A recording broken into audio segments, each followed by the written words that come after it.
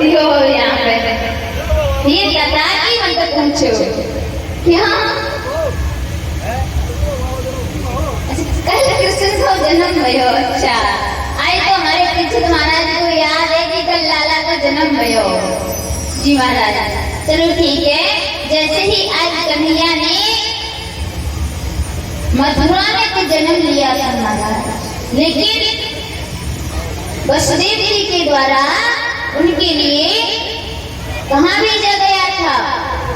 गोकुल में। और जैसे आज वसुदेव जी महाराज लाला कन्हैया को लेकर के गोकुल में पहुंचे और नंद बाबा के यहाँ पर छोड़कर आ गए, तो हम सबने कल नंद बाबा के यहाँ पर थोड़े समय के लिए बधाइयाँ भी गाई थी महाराज। और हम अब यहाँ से आज की कथा को थोड़ा महाराज ब्रज भाषा में चलेगी, आप सभी को कोई परेशानी ना हो। क्योंकि महाराज अगर दिक्कत भी हो ना तो हमें कोई दिक्कत ना है, क्योंकि यहाँ से कथा पंचम दिवस की कथा तो सारी ब्रज भाषा में चले। तो महाराज आज जैसे ही मेरे कन्हैया का जन्म हुआ है, तो अब तो कन्हैया के जन्म के टाइम को बाबा अथाई पर बैठे माला छटकाए रहे थे और सभी ने जैसे ही कहा कि बाबा तेरे यहाँ तो लाला को जन्म है गयो। अब तो जो संत महात्मन के आशीर्वाद से लाला को जन्म भयो तो सो महाराज अब तो नंद बाबा ने जैसे ही संत महात्मन के पास में आए तो महाराज आज हाथ जोड़कर नंद बाबा कहते हैं कि अरे ब्राह्मण देवताओं, आपका तो इस 90 वर्ष की उम्र में आशीर्वाद सफल है और आप सबके आशीर्वाद से मेरे घर पे छोड़ा है। लेकिन महाराज आज नंद बाबा से ब्राह्मण देवता कहते हैं कि बाबा अब तुम्हारे घर पे छोरा तो है गयो, लेकिन बाबा सृष्टि वाचन तो कराए दो। और सृष्टि वाचन कराने के बाद में महाराज अब तो कहा बाबा हमको कहा करना होगा। तो अब तो कुछ ग्वाल बोले भैया अरे नंद अपने लाला को मोड़ो ना दिखाए वो। तब तक ब्राह्मण देवता बोले ना तो जब तक हम आपके घर पर जाएंगे ना आपके लाला को सृष्टि वाचन करवाएंगे, पहले नंद तुम जाकर के स्नान करके आओ। और जैसे ही महाराज आज नंद बाबा स्नान करने गए हैं, स्नान करके जैसे ही नंद बाबा आज यमुना मैया से बाहर आए तो कछु वहाँ के ग्वाल वालन ने उनको ऐसे पकड़ लियो और बोले बाबा कहीं हाँ कहीं तो को पता ना है, कहीं छोरा पता काना पता हो को, कहीं तो को ये पता ना है कि जब छोरा होगा ना किसी के घर पे तो बात छोरा की शक्ल न देखने के टाइम तैयार होने पड़े। तो नंद बाबा ने कहा लाला देख मैं 90 वर्ष को डोकरा और मैं कहाँ तैयार होवे वो, मेरी उम्र ही ना है तैयार होवे की। लेकिन आज ग्वाल वाल ना आने कहते हैं बाबा तू तैयार तो रहने पड़े। तो अब तो महाराज ग्वाल वालों ने नंद बाबा को पकड़े मिलो और जैसे ही आज ग्वाल वालों ने नंद बाबा को पकड़ लियो तो अब तो महाराज नंद बाबा को पकड़ के बढ़िया सी महाराज रेशमी बगलबंदी पहना दी और बढ़िया सी चमचमाती हुई धोती पहना दी और बढ़िया मस्तक पर ढापक हुआ चंदन पोत दियो और जैसे ही महाराज और मूछन में इत्र लगा दिया और एक बढ़िया सी माला पहना दी। जैसे ही महाराज रेशमी बगलबंदी और चमचमाती हुई धोती पहनाई बाबा को और ढपक हुआ चंदन लगाया और जब तक दूसरा छोरा एक शीशा लेके सामने खड़ो रहे कहीं देख बाबा। तो जैसे ही बाबा ने महाराज आज शीशा में मोड़ो देखो बाबा तो देखते ही रहे और जैसे ही मोड़ो देखो तो बाबा अब दूसरे छोरा से पूछे काय लाला तू यह बात बता सांची सांची बोलियो मैं कैसे लग रहा हूँ। तो महाराज वो छोरा बोलो बाबा तू तो आज ऐसा लागे 90 वर्ष को डोकरा ना, तू तो 16 वर्ष को छोकरो लागे बाबा आज तो ऐसा दिखे कि आज तेरो ब्याह होके आओ। जैसे ही महाराज आए तो नंद बाबा से इतना कहा, नंद बाबा शर्मा गए।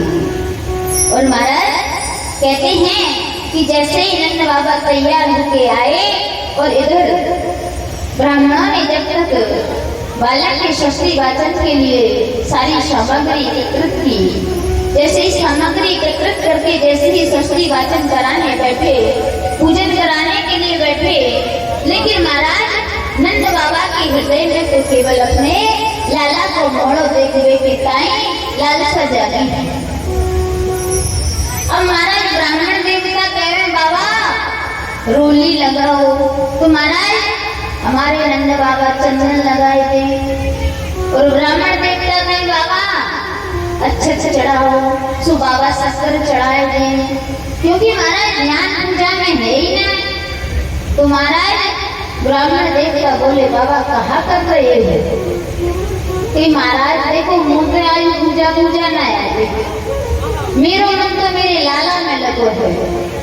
तो कि बाबा एक काम करो, तुम अपने से जो भी देना चाहते हो तुम उसका संकल्प कर दो और हम अपने हिसाब से बाबा का लाला का संस्कार कर देंगे।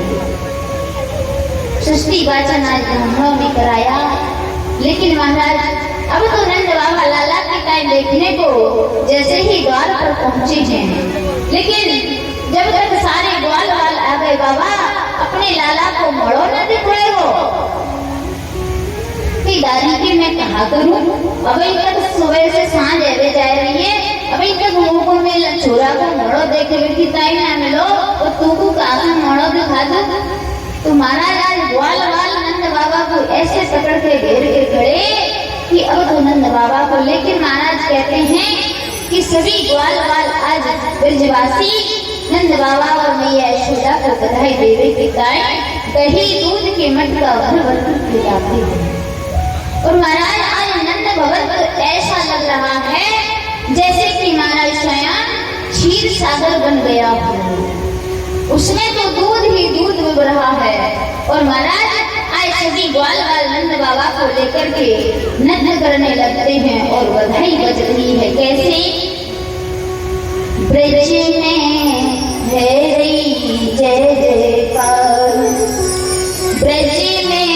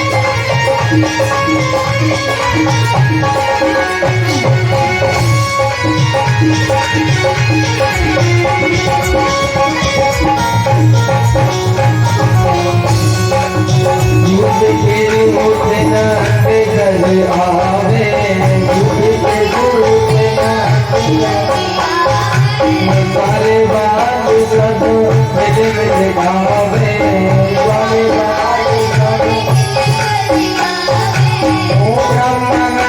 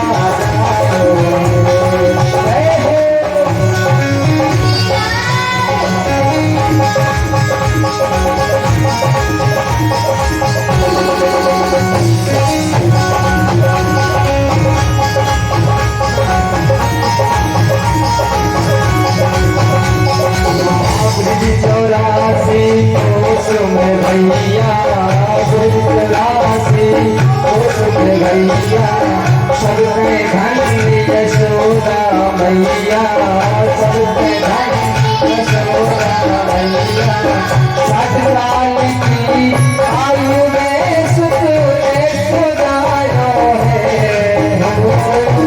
60 साल की आयु में सुख एक खुदायो है किरज में है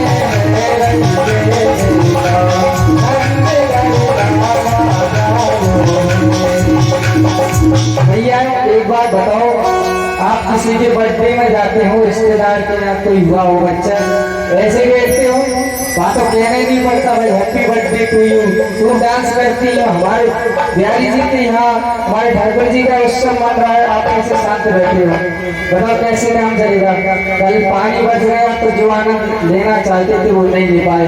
आज तो भैया नाच लो झूम लो, आपके घर में भी ऐसे लाल आएगा कभी ना कभी, है ना। तो उठाइए दोनों हाथ, तो माता मैंने झूमते हुए ऐसे नहीं, जो हमारे बात की बिहारी को की खुशी हो जिसको आने की, वो खड़ी हो जाए और डांस करेंगे। वो कहते हैं बिना बात के मुस्कुराने से क्या फायदा, और बेवफा से दिल लगाने से क्या फायदा। और परिचय महाराज जी, अब देखो भगवान के उत्सव में आए हो और अगर ये ठुमका भी ना लगा पाओ तो आपके आने से ही क्या फायदा। खड़ी हो जा मैया, डांस करना पड़ेगा। और कहना है क्या, अरे दिल में है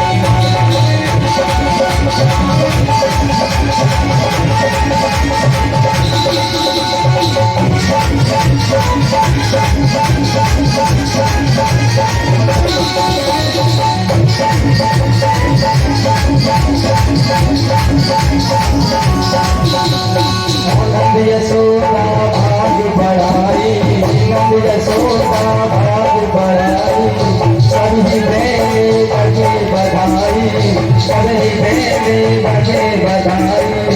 ऐसा अजब सुख और को नहीं गाया है, हर बेटी में है रही देगा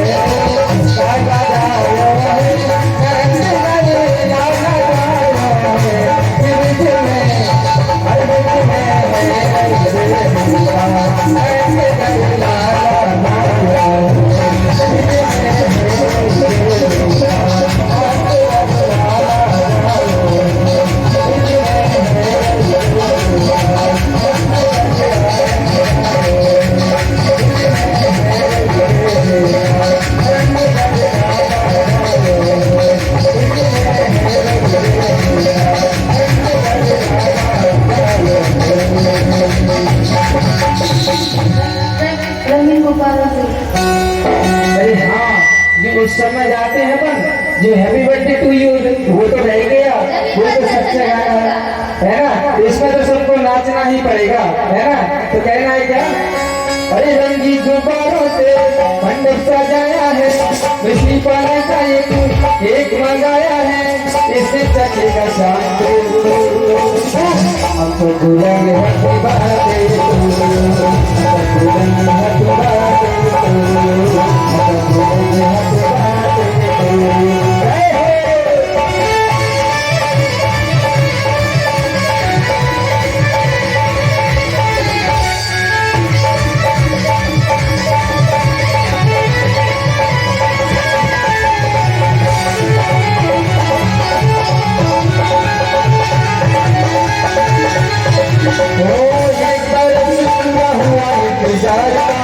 आया है जन्मदिन में जाने वाला, एक बरस पूरा हुआ इंतजार का, आया है जन्मदिन में जाने वाला, आजा के कष्ट में है और सपना हुआ है पूरा, दिल में करारा, अब कैसे तुम्हें रहो रहो रहो रहो, आजा भूलेंगे हंसी बहाते तू, आजा भूलेंगे हंसी बहाते तू, आजा भूलेंगे हंसी बहाते जय हो।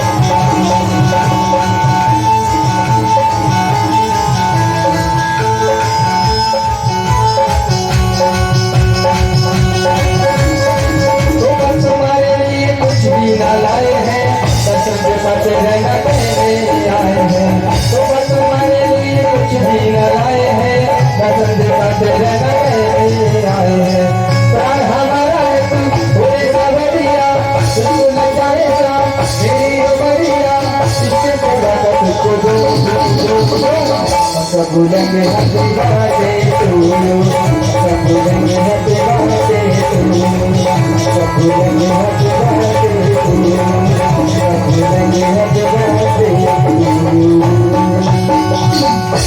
बोले बालकृष्ण भगवान की।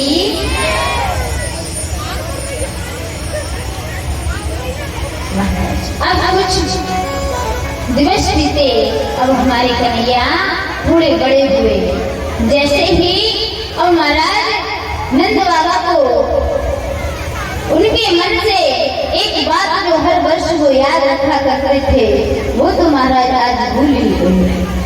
आज नंद बाबा अपने मन में सोचते हैं कि मैं हर वर्ष राजा कंस को मथुरा जाकर के कर दे करके आता था, लेकिन मैं अपने लाला के जन्म में इतना व्यस्त हो गया कि अब तो मैं मथुरा कर देने के लिए ही नहीं गया।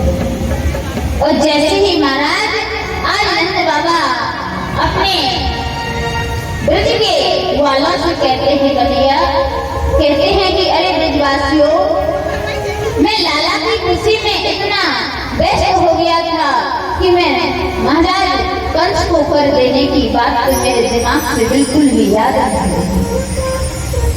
जैसे ही महाराज आए नंद बाबा ने ब्रजवासियों से इतना कहा, और श्री सुखदेव जी महाराज राजन अच्छे से कहते हैं कि राजन, गोपान गोकुल रक्षाया निरूपम मथुरा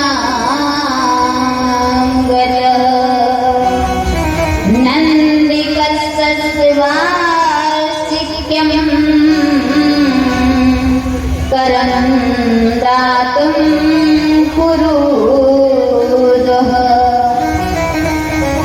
अरे राजा, जैसे ही आज नंद बाबा राजा कंस के लिए कर देने को जाने लगे तो गोपाल गोकुल रक्षाया, आज तो सारे ब्रजवासियों से कहते हैं कि अरे लालाओ छोरो, जो मेरे घर में छोटे से लाला को जन्म भयो है और तुमको सारे ब्रजमंडल की रक्षा करनी है, गोकुल रक्षाया, मैं तुम्हारे ऊपर इस सारे ब्रजमंडल की रक्षा का भार सौंप करके जाता हूँ और मैं राजा कंस के लिए टैक्स यानी कर देकर कुछ ही समय में आज वापस आ जाओ। महाराज आज जैसे ही नंद बाबा कंस के लिए कर देने को पहुंचे, आज मथुरा में पहुंचे हैं तो महाराज कंस को प्रणाम किया और कहा महाराज मुझे क्षमा करना, मेरे यहाँ पर लैला का जन्म हुआ है। तो जैसे ही कंस ने सुना कि तुम्हारे यहाँ पर लैला का जन्म हुआ है तो महाराज कंस कहता है कि ये तो बड़े अच्छी शुभ की बात है। तो नंद बाबा बोले महाराज आप सबको आशीर्वाद है जैसे मेरे या बुढ़ापे में लाला को छोरा को जन्म हुआ। महाराज लाला की किसी में मैं इतना व्यस्त हो गया कि मैं आपको कर देने आने में मुझे विलम्ब हो गया। जैसे ही नंद बाबा ने इतना कहा कंस ने उनसे कुछ नहीं कहा। और महाराज कहते हैं कि आज नंद बाबा जैसे ही कंस को कर देकर वापस लौट रहे थे, लेकिन बंदी गृह में देवी की वसुदेवी को देखा। आज देवी की वसुदेवी ने जैसे ही नंद बाबा को देखा तो वसुदेव ने दूर से ही पुकारा नंद बाबा। महाराज वसुदेव ने जैसे ही नंद बाबा को देखा, अब तो महाराज दोनों इस प्रकार से मिले हैं। कैसे मिले महाराज? कहते हैं कि 4 मिले 64 मिले 20 रहे कर जो, हरिजन ने हरिजन मिले और वह से 7 करोड़। तो महाराज इस दोहा का अर्थ है कि 4 मिले 64 मिले। तुम्हारा 4 क्या मिल रहे हैं? 2 नेत्र नंद बाबा के हैं और 2 नेत्र वसुदेव जी के हैं। तुम्हारा 4 मिल रहे हैं और 64 क्या मिल रहे हैं? 32 नंद बाबा के दांत हैं और 32 वसुदेव जी के हैं। 4 मिले 64 मिले और 20 रहे कर जोड़। और महाराज जैसे ही मिलते हैं 4 नेत्र मिल गए, 64 दत्त मिल गए और जो 10 उंगली नंद बाबा के हाथों की हैं और 10 वसुदेव जी की हैं। हाथ जोड़कर के 4 मिले 64 मिले और 20 रहे कर जोड़। महाराज दोनों तरफ से हाथ जोड़कर के ऐसे मिले हैं और कहा है कि हरिजन ने हरिजन मिले और वह से 7 करोड़। तो महाराज ऐसा माना जाता है कि जो हमारे समस्त शरीर पर जो रोम के माध्यम से जो चित्र होते हैं वो 7 करोड़ होते हैं। आज महाराज कितनी खुशी की बात है। हम सबको अगर किसी नेत्र से मिलना हो तो हमें इसी प्रकार से मिलना चाहिए जिस प्रकार से नंद बाबा और वसुदेव जी मिले हैं। तो महाराज आज नंद बाबा को तो कुछ भी पता नहीं है कि वसुदेव मेरे यहाँ पर अपने लाला को छोड़कर आया है। लेकिन जैसे ही वसुदेव जी ने कहा अरे नंद मैंने सुना है कि तेरे यहाँ पर छोरा को जन्म हो गयो। तो महाराज नंद बाबा बोले भैया तुम सबन के आशीर्वाद से बुढ़ापे में या नंद के यहाँ पर छोरा कर गए हो, लेकिन मैं क्या करूं? आपका दुख इतना प्रबल है कि मैं अपने एक पुत्र का सुख आपके समक्ष रख ही नहीं पाया। और महाराज जैसे ही आज इतना कहा तो कहते हैं कि नंद बाबा के आंखों से अश्रु बहने लगे। जैसे ही आंखों से अश्रु बहने लगे तो नंद बाबा वसुदेव से कहते हैं कि भैया जब मैंने सुना कि कंस ने आपके 6 पुत्रों को मार दिया है और 7वें पुत्र 7वां गर्भ नष्ट हो गया और 8वें पुत्र का पता नहीं, तो महाराज मैं आपसे अपने एक पुत्र की खुशी कैसे कहता? मुझे आप ये बताइए, क्योंकि मुझसे आपका दुख देखा ही नहीं गया।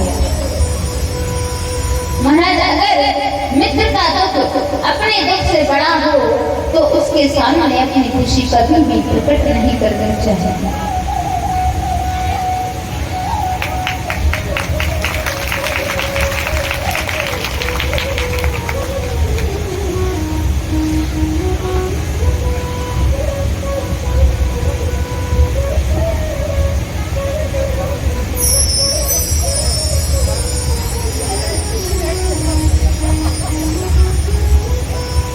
महाराज, आज आप सभी लोग सोच रहे होंगे कि ये बहन जी कौन है, तो हम आपको इनसे परिचय कराते हैं।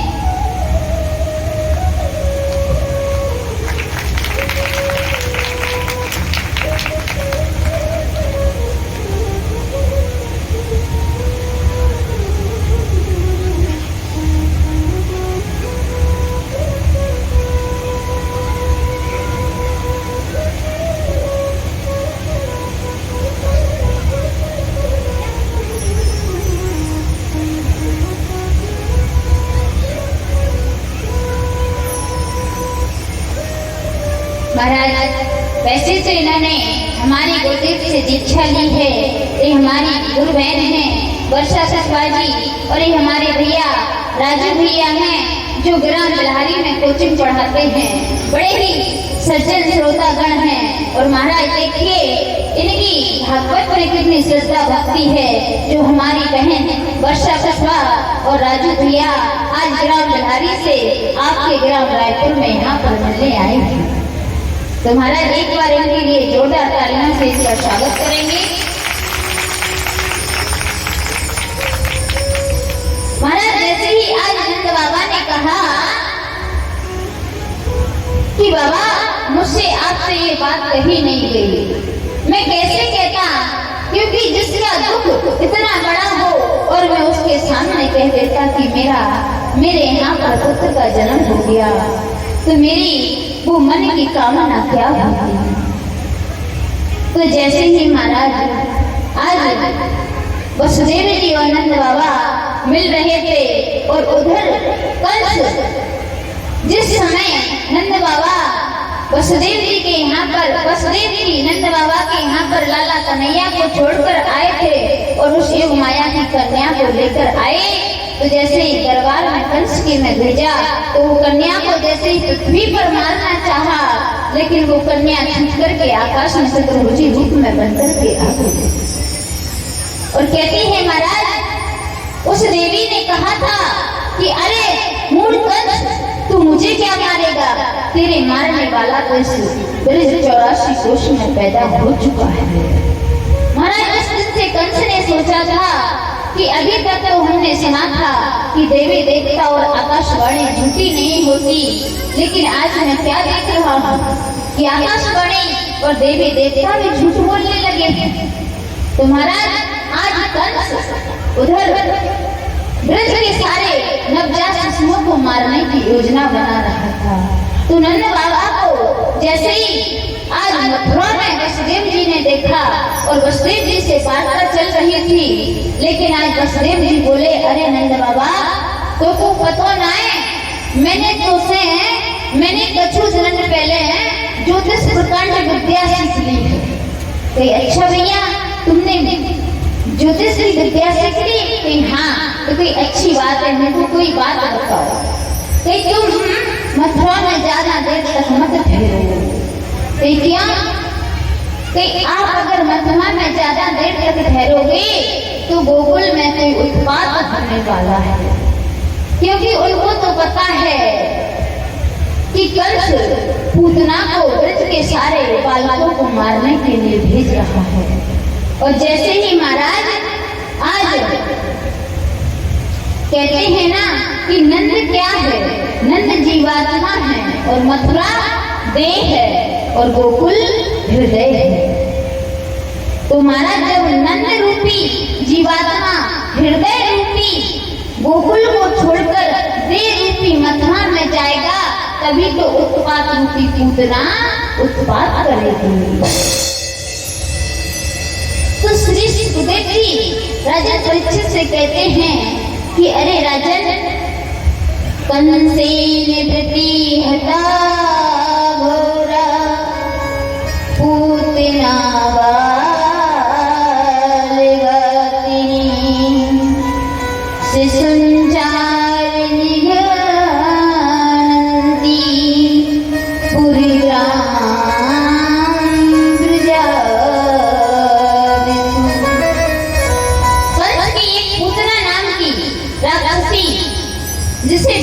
को मारने के लिए नियुक्त किया गया।